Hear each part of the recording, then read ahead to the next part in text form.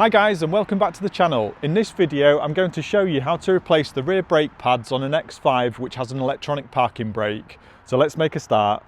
There are several things you'll need for this job which I've listed here.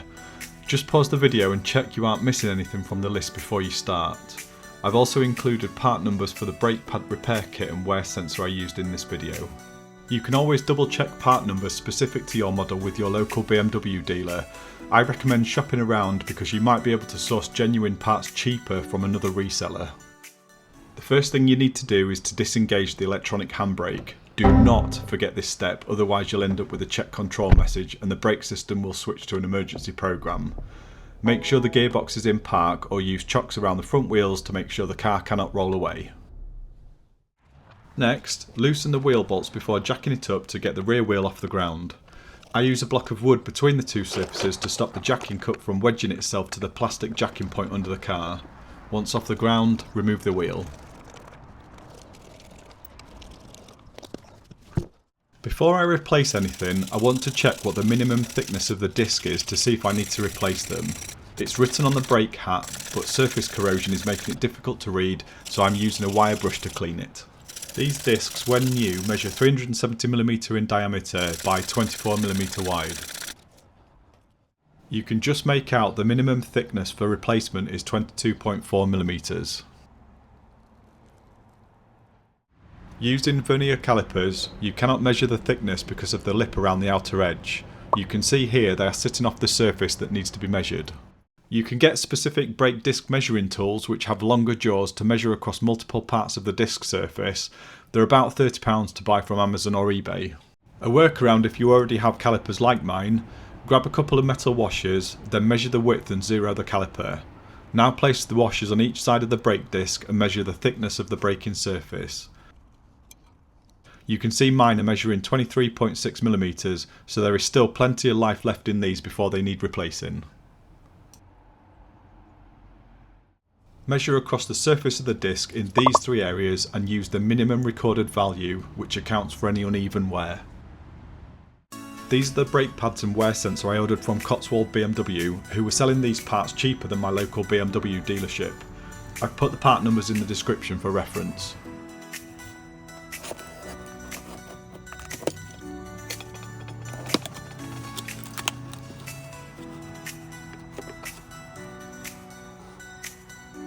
Inside the box are 4 pads and a bag containing replacement guide bolts and pad brackets.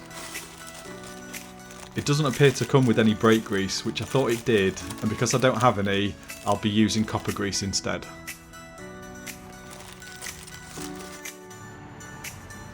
There's 2 13mm bolts to undo around the back of the caliper, here and here. You'll also need a slim 17mm spanner to grip the guide rails. You can see I've also disconnected the cable here to make it easier to access the top guide bolt.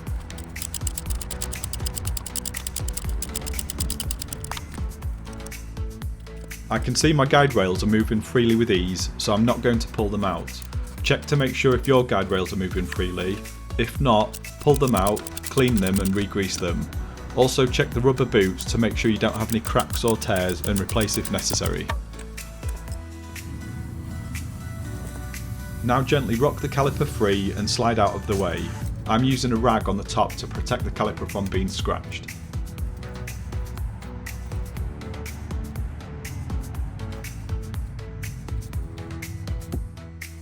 The old pads should wriggle free, alternatively you can use a flathead screwdriver to dislodge them.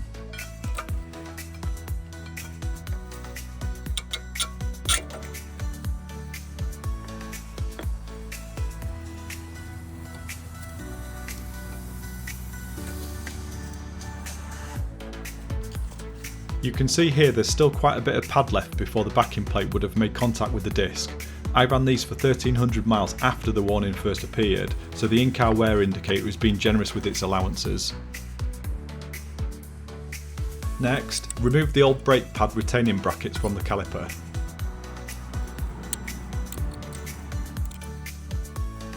There's quite a bit of brake dust build up on the caliper, and while everything is disassembled, you aren't going to get a better opportunity to clean it, so that's what I'm doing now. don't have any brake cleaner to hand, so this is just soapy water with a detailing brush. With a little elbow grease, it's removed most of the dirt. Although this is taking a little longer, there's no risk of scratching the caliper paint or damaging any of the rubber boots or seals on the caliper.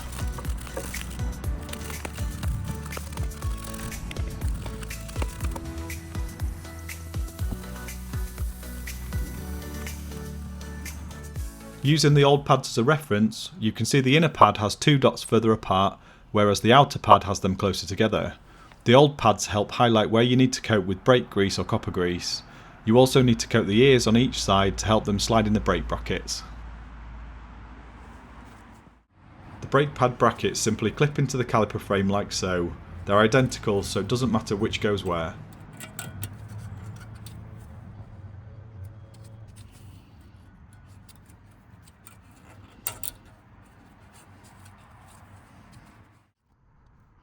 Next, I'm applying copper grease because the repair kit didn't come with any brake lubricant.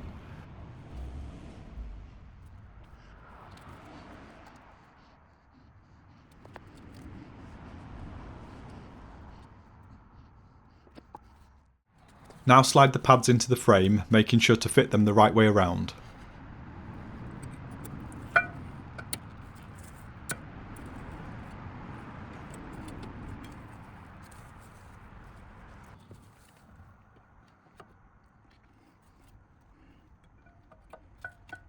My caliper rewind tool hadn't arrived in time to make this video. This is the one I ordered. It contains adapters for a wide range of brake caliper manufacturers and includes both a clockwise and anti-clockwise winding tool. At the time of making this video, it was on sale for $19.99. I'm using long nose pliers to rewind this piston back, which I don't recommend. It's harder to wind back, and if the pliers slip, you could potentially damage the rubber piston boot. If you throw caution to the wind, just make sure you have a steady hand, clamp the pliers onto the grooves, then push the piston back whilst twisting it clockwise. This would be so much easier to do with the caliper rewind tool. You can see it is slowly moving back with each turn. This is how the BMW workshop manual states to do it. If you find no progress is being made using this method, you can remove the electronic motor from the back of the caliper, which looks like this when removed. You can then use a Torx bit to wind it back in clockwise, just by hand. It doesn't need much effort, until you feel a little resistance when it bottoms out. You should then be able to push the piston back into the caliper by hand without having to twist the piston around at the same time. You can then refit the electronic motor, lining up the Torx spline into the hole, then reattach the 2 mounting bolts and cable guide frame. Mine was going back in slowly but surely, so I didn't want to remove the electronic motor as it was one less thing to disassemble and reassemble.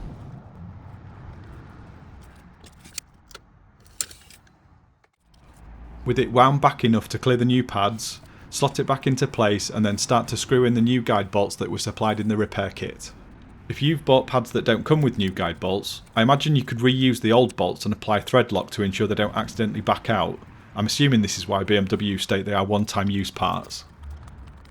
Using the spanner and socket, tighten up the 2 bolts,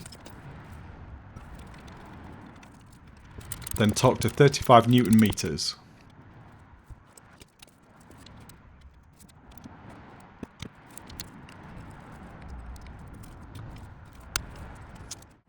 Remember to clip the cable back into the guide.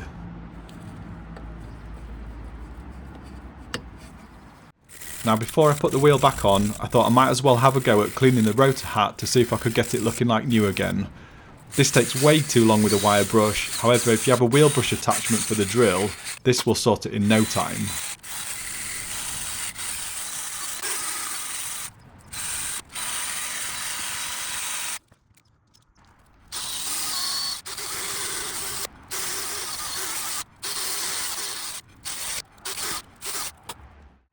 It's done a great job cleaning the aluminium rotor hat, but there's still some rust showing on the steel part of the disc which attaches to the hat.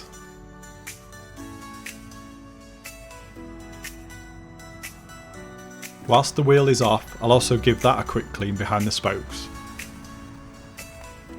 Oh, my Maguire's wheel brush has just fallen apart. That lasted 2 years almost to the day, which to be fair, for what it cost, I'm happy with that and I'll order another. I've linked to my review of this brush in the top corner.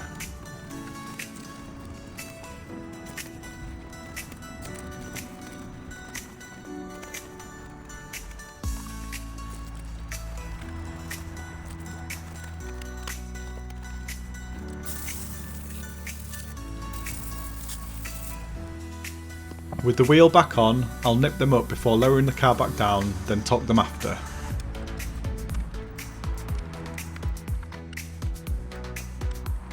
These need to be torqued to 140 Nm. Remember to tighten them in sequence. 1, 3, 5, 2, 4. Remember to periodically check the brake fluid reservoir to make sure it doesn't overflow as you are winding the pistons back in. Although I don't think this is as much a concern when changing the rear pads, this is more applicable to the front brake calipers which displace a lot more fluid.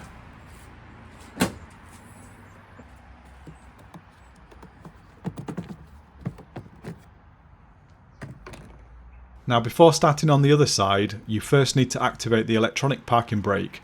Do not press the brake pedal before doing this. Engage the parking brake, then switch on the engine so you can turn it off again. Now pump the brake pedal to get a firm pedal response.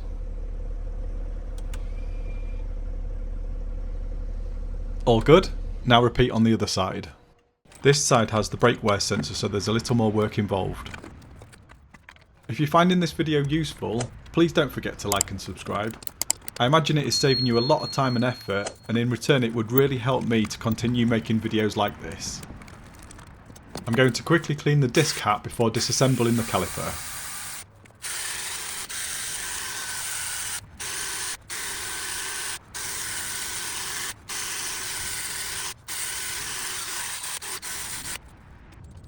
I'll also give the caliper a quick wash before I start.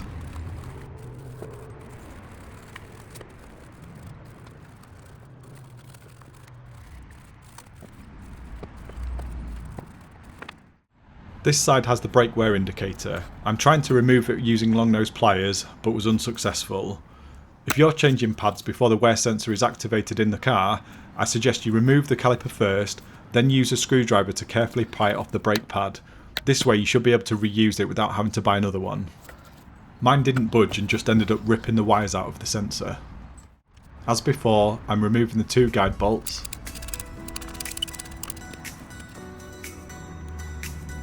Unclip the electronic parking cable to get better access to the top guide bolt.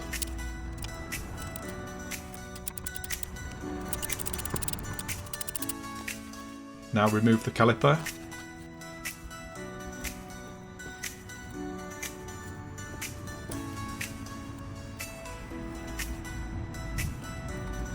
You can see here, with the caliper removed, you could remove the pad, which would give you the most access to get a screwdriver underneath it.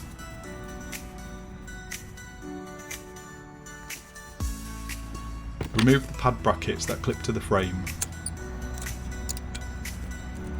I'm mainly cleaning the caliper frame to remove any old dirt or grease in the guide channels so that it doesn't restrict the new brackets from clipping into the frame.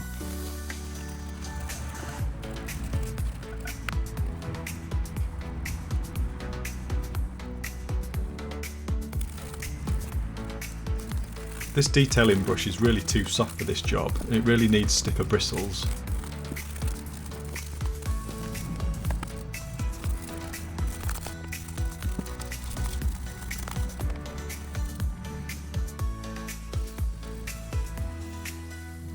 Same technique as before. Because I don't have a caliper rewind tool, I'm having to carefully turn the piston using long nose pliers.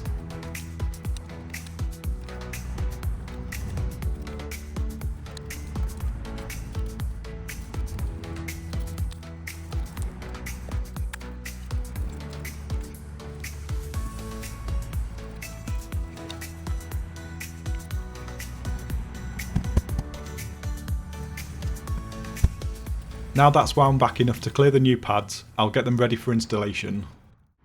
If you can reuse the brake wear sensor, getting a flathead screwdriver under it like this is the easiest way to pop it off. You can see this little bump is missing. Once this is worn down, it grounds on the disc, causing the warning light to appear on the dash. Clip in the caliper guide brackets.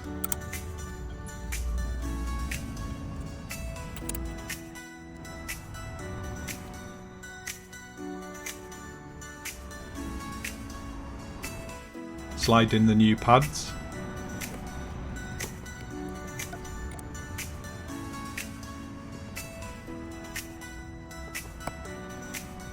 Now place the caliper over the frame, then hand tighten the guide bolts.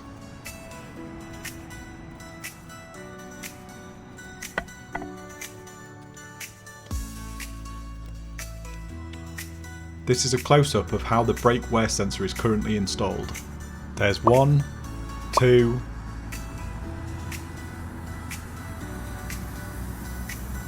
3, 4 brackets for it to clip into, then it terminates in this plastic box. Carefully pop open the 2 clips, then pull down the brake wear sensor from inside the box. This is difficult to film and do at the same time. I'm trying my best to keep my hands from blocking the view. Push the tab down to release the sensor from the car and wiggle apart.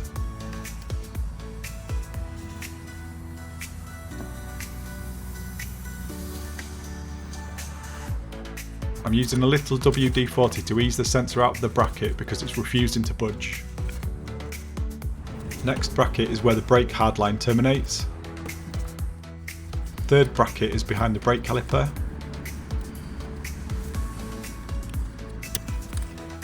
And the fourth is on top of the caliper piston housing.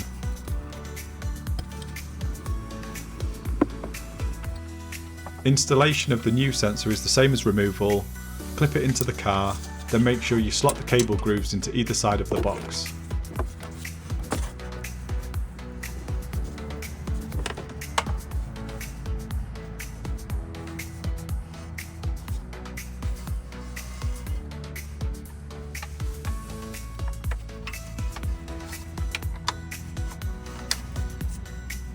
Now clip it into the wheel well bracket.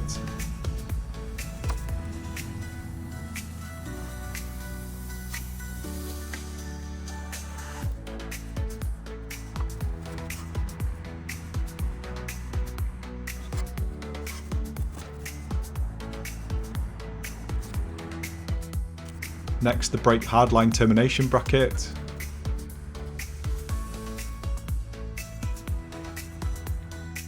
Now the bracket behind the brake caliper.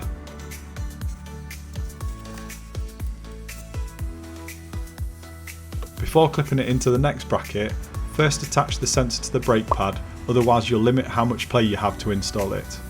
You can see the notches here that it slots into. It's difficult to push in by hand, so I'm using a flathead screwdriver to gently tap it in. Make sure you don't damage the sensor wire when you do this.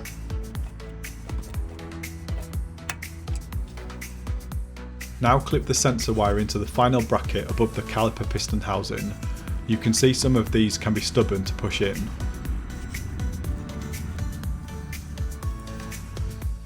One final close-up of the cable route.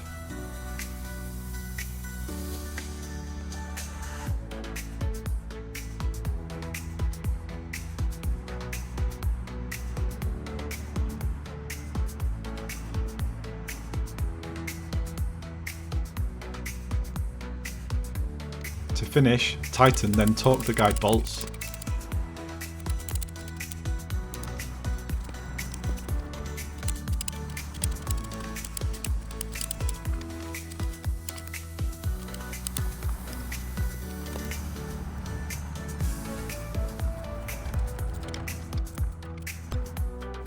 Clip the electronic parking brake cable back into the bracket. Then before doing anything else, activate the electronic parking brake again, remembering not to press the brake pedal first. You can hear after installing the new pads that it takes longer than normal to reset.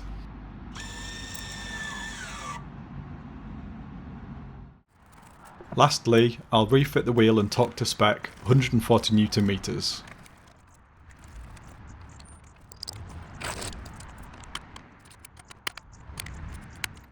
Now I'll show you how to reset the service warning that appears on the dashboard. Press the start stop button 3 times in quick succession to activate diagnostic mode.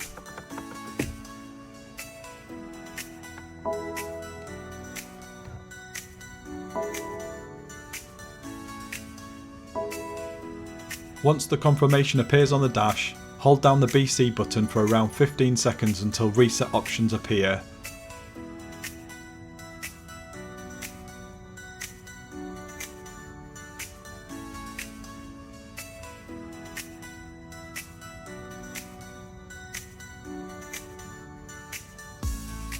then let go of the button. I want to reset the rear brake pads, so I'll hold down the BC button again until the reset prompt appears. If you have multiple reset options, you can do a quick press of the BC button to cycle through them. Now let go of the button. Now press and hold it again until the reset procedure starts.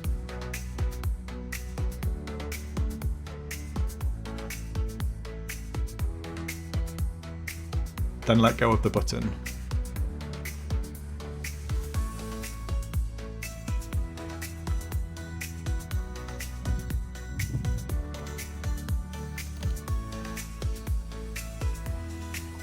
To update iDrive, I've created a separate video which shows you how to use free software to add service entries to your car. I've linked to it in the top corner, or you can find a link in the video description. Well guys, that's it for this video. I hope you found it useful. If you did, please don't forget to like and subscribe. Subscribing's free and it just means any future videos I release will automatically appear on your feed without you having to search for them. Thanks again for watching and I'll see you on the next video.